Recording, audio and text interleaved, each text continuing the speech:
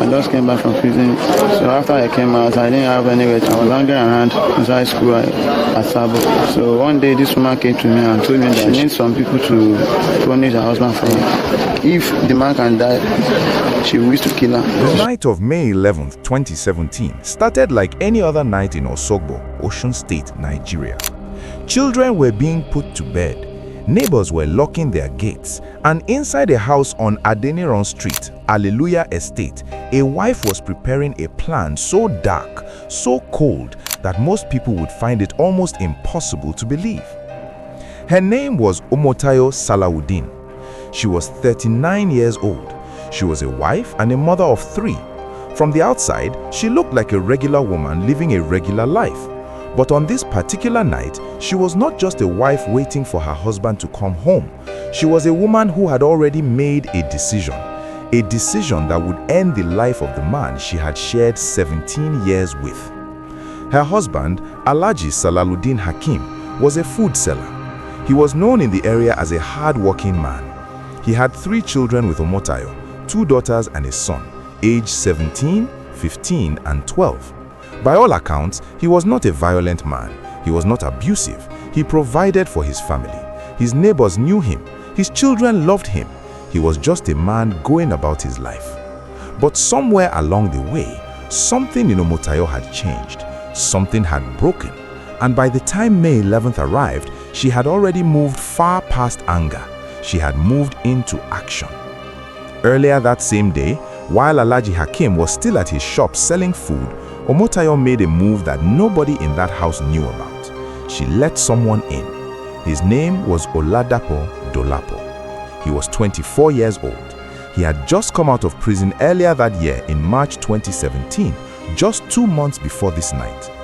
He had no steady job.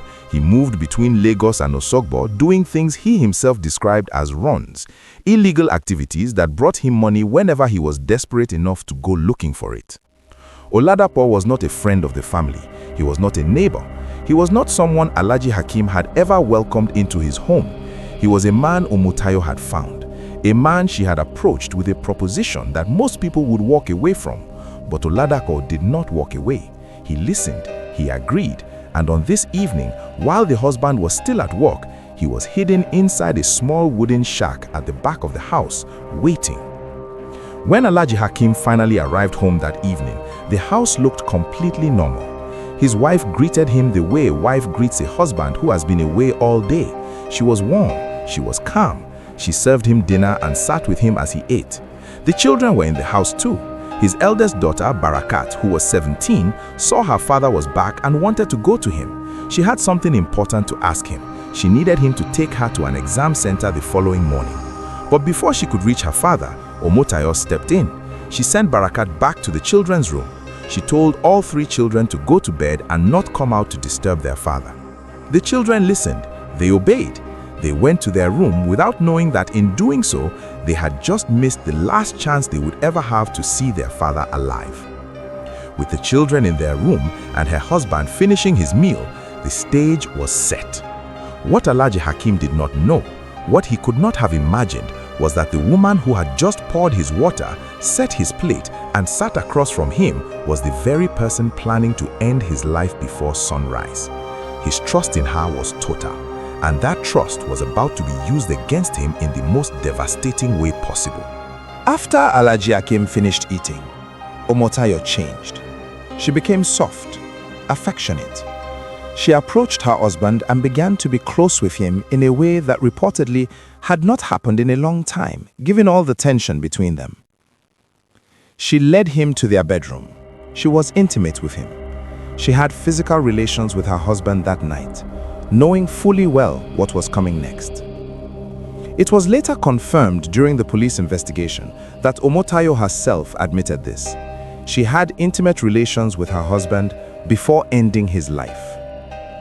After their time together, Alhaji Hakeem lay down in bed, relaxed and completely unsuspecting.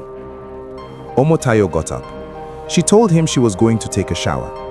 She walked out of the bedroom naked, as though heading to the bathroom. But she did not go to the bathroom. Instead, she went to find Oladapo in the room where she had hidden him. She told him to wait a little longer. She said her husband would be fully asleep soon. Then she went back to the bedroom and lay beside her husband. She watched him breathe. She waited. The house was completely quiet. The children were asleep. The neighborhood had gone still. And sometime between 2 a.m. and 3 a.m. on the night of May 11th, moving into the early hours of May 12, 2017, Omotayo felt her husband sink into a deep sleep. This was the moment she had been waiting for. She slipped out of bed without making a sound. She went to get Oladapo. Together, they walked through the dark house and entered the bedroom. Alhaji Hakeem was lying there, completely unaware. What happened next was quick and brutal. Omotayo grabbed a pillow and pressed it over her husband's face. At the same time, Oladapo took a knife and attacked him, stabbing him in the chest and stomach. The pillow muffled any sounds. The wounds were fatal. Alhaji Salawudeen Hakeem passed away in that bedroom, ended by the woman he had trusted for 17 years and a stranger she had paid to help her. It took only minutes, but the damage was permanent. Before we continue, I need you to do something. Look at the story so far. What do you think was the moment everything could have been stopped? Was it when Barakat tried to reach her father and was turned away? Was it when Oladapo first agreed to Omotayo's plan? Write your answer in the comment section right now. We read every single comment on this channel. Your thoughts matter here. And while you are down there, if you have not subscribed to True Crime Zone yet, please do it right now. Here's why. Every week, we bring you real stories, real crimes, real consequences, told in a way that is honest, clear, and actually makes you think. We do not just report what happened, we show you the full picture, the people involved, the choices that were made, and the lessons that can protect you and the people you love. This channel exists so that these stories are not forgotten. Subscribe now and turn on your notifications so you never miss one. Now back to the night of May 12th. With Alhaji Hakeem no longer alive, Omotayo and Oladapo knew they could not leave things as they were. The body alone would raise questions. They needed the story to point somewhere else. So they got to work staging the scene. They wrote messages on the walls of the house. The words read, "No price, no pay," "Aye axe," and "Forgiveness is a sin." These were meant to look like cult markings, designed to suggest that Alhaji Hakeem had been a member of a cult group and that fellow members had come to punish him for betrayal or unpaid debts. Then Omotayo collected her husband's phone, she went to the children's room and took the only phone that was there too. She gathered other valuable items from the house and handed them all to Oladapo. This was to make it look like armed robbers had broken in, ended the man's life, and stolen things before escaping. She told Oladapo to remove his shirt and hang it on top of the fence. This was to serve as a clue, suggesting a robber had left it behind while climbing over. And then Omotayo did something clever. She gave Oladapo her husband's jalabia, the traditional flowing garment that Alhaji Hakeem was well known for wearing around the neighborhood. If any neighbor saw someone leaving the house that night, they would see the jalabia and assume it was Alhaji Hakeem himself, perhaps stepping out late for a walk. Omotayo quietly opened the gate and let Oladapo out. He disappeared into the night wearing a dead man's clothes. It nearly worked. Some vigilantes in the area did see a figure leaving the house in a jalabia. They recognized the garment. They thought nothing of it. They assumed it was Alhaji Hakeem himself. Oladapo walked away free for that night, at least. But the truth, as it always does, was already on its way back. The following morning, Omotayo raised the alarm. She cried. She called for help. She told anyone who would listen that her husband had been ended in the night by unknown men. Alhaji Hakeem's younger brother was contacted and came to the house. When he arrived, he found the scene, the inscriptions on the wall, his brother's body. He immediately went to the police and reported that 2 unknown men had broken in around 3 a.m. and attacked his brother to death with a knife. He mentioned that nothing appeared to have been stolen, though the stage scene was meant to suggest otherwise. Police detectives arrived at Adeniran Street and began their work. They documented the inscriptions. They examined the body. On the surface, the cult killing story was believable. But something about the scene did not add up. Experienced detectives often say that when a crime scene is too neat, too perfectly set up to tell a story, that is exactly when they begin looking harder. And they did look harder. The first major crack came through technology. The police began tracing Alhaji Hakeem's missing phone. In Nigeria, phone tracking has become one of the most effective tools in criminal investigation, and in this case, it proved decisive. Detectives discovered that the phone had been sold. They tracked down the buyer. The buyer, under questioning, led them directly to Oladapo Dolapo. When Oladapo was arrested and brought in for questioning, investigators wasted no time. He was a known ex-convict. His presence in the area around the time of the incident, combined with the phone, was already enough to hold him. Under interrogation, Oladapo broke. He confessed. He did not just admit to being there, he gave full details. He described how Omotayo had approached him in Osogbo, how she had come to him when he was struggling after his release from prison, and how she had offered him a deal, help her end her husband's life, and she would give him a comfortable place to stay and whatever else he needed. He described how she smuggled him into the house through the back. He described the wooden shack. He described waiting for hours. He described the signal Omotayo gave him and what happened when they entered the bedroom together. Here's a question for you.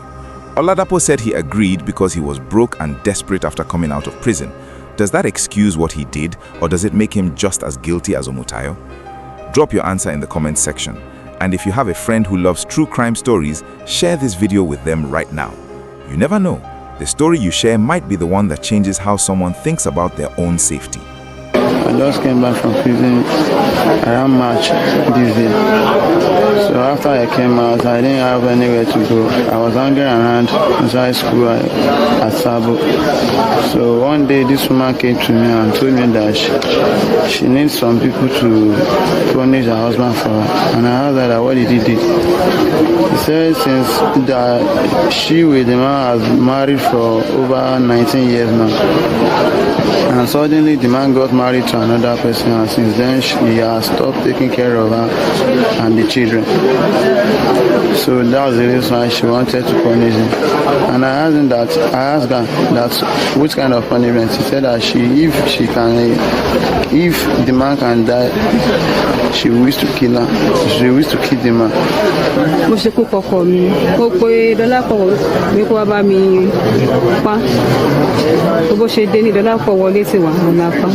With Oladapo's confession in hand, police moved immediately to arrest Omotayo Salawudeen. She was brought to the Osun State Police Command headquarters in Osogbo and paraded before journalists alongside Oladapo on Monday following the crime. And there, in front of reporters, Omotayo confessed. She did not deny it. She confirmed that she had been physically intimate with her husband that same night. She confirmed that she had choked him with a pillow while Oladapo attacked him with a knife. She confirmed that she had hired Oladapo to help her end her husband's life. She said it clearly, I hired Oladapo Dolapo to help me end my husband at my own desire. She said she regretted it. She said she did not know it would feel the way it did after it was done. But it was done, and it could not be undone. Here is the part of this story that makes it even harder to process.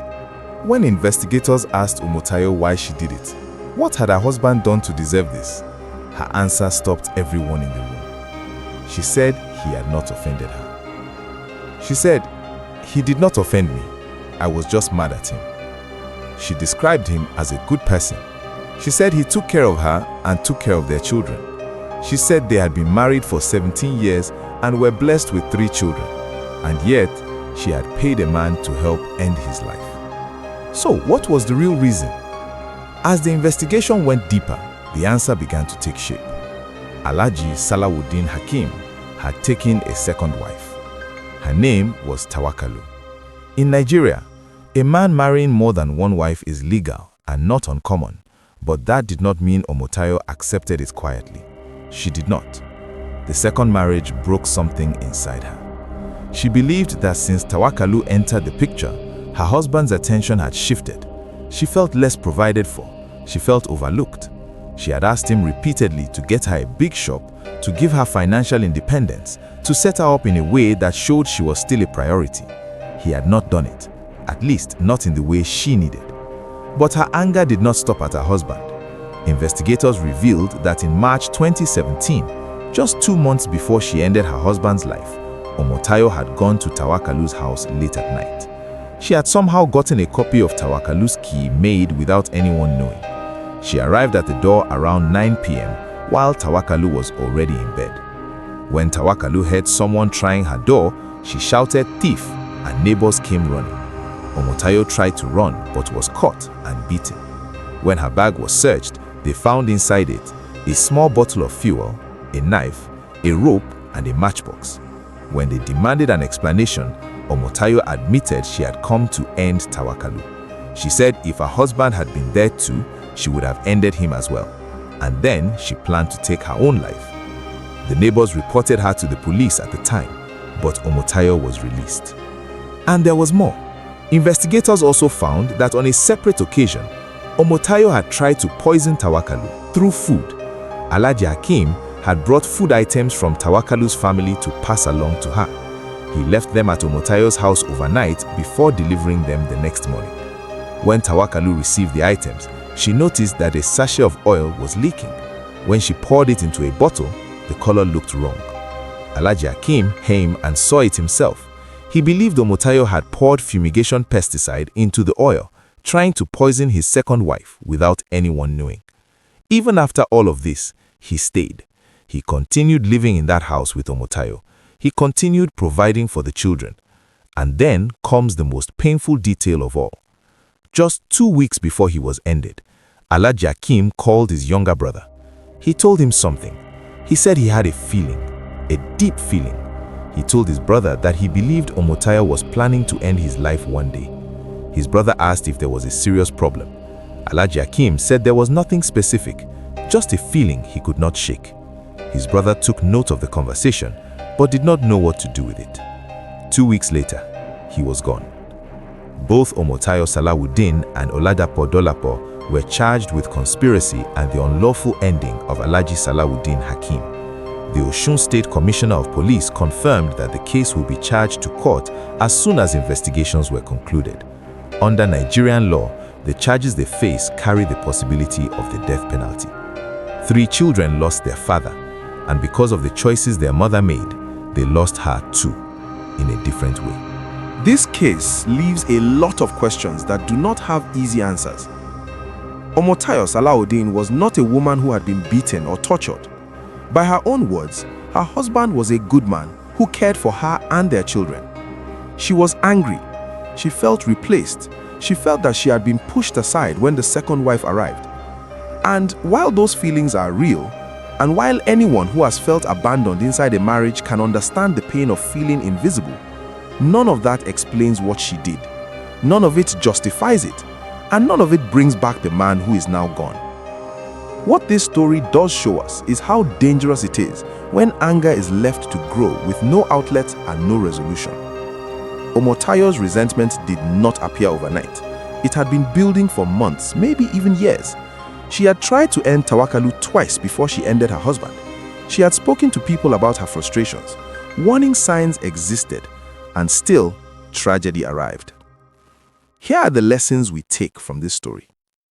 When something is deeply wrong inside a home, silence and tolerance are not always the answer. Get help. Talk to someone.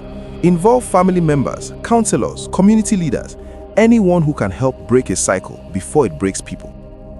For anyone out there in a marriage or relationship where the tension has reached a dangerous level, reach out. The feeling of being replaced, of being invisible, of being forgotten, those feelings are real and they deserve to be addressed. But they must be addressed through words, through separation if needed, through legal means, never through violence. For Alhaji Hakeem, a man who reportedly knew something was wrong and could not find a way to act on that knowledge in time, this story is a reminder that when the people who know us best warn us about danger, we must take them seriously, even when the danger is someone we love. And for the 3 children, Barakat, the eldest, who only wanted to say goodnight to her father and ask him to take her to an exam center, these are the people who carry the weight of what happened. Not just the loss of a father, but the lifelong knowledge of how he was taken from them. They deserve every form of support and care that can be given to them. That is the full story of Omotayo Salawudeen, Alhaji Hakeem Salawudeen, and the night of May 11th, 2017 in Osogbo. Osun State, Nigeria. Now I want to hear from you. This is a case that raises a lot of questions. Do you think the second marriage was the root cause of everything that happened? Do you believe Omotayo would have made different choices if someone had helped her process her pain in time? And what do you think should happen to a person who plans a crime like this for months before carrying it out? Drop your thoughts in the comment section. Every single comment is read on this channel. Your voice matters here. If this story moved you, if it made you think, if it reminded you of how fragile trust can be, please share it. Share it with someone you know, because these stories are not just entertainment. They are warnings, they are lessons, they are reminders of what can happen when small problems are left to grow into big ones. And if you are not yet a subscriber to True Crime Zone, please hit that subscribe button right now and turn on your notifications. This channel is dedicated to telling true crime stories from Nigeria and around the world in a way that is honest, clear, and meaningful. Every week, there is a new story. Some of them will shock you. Some of them will break your heart. All of them will make you think. And you do not want to miss a single one. Thank you for watching. Stay safe, stay aware, and we will see you in the next story.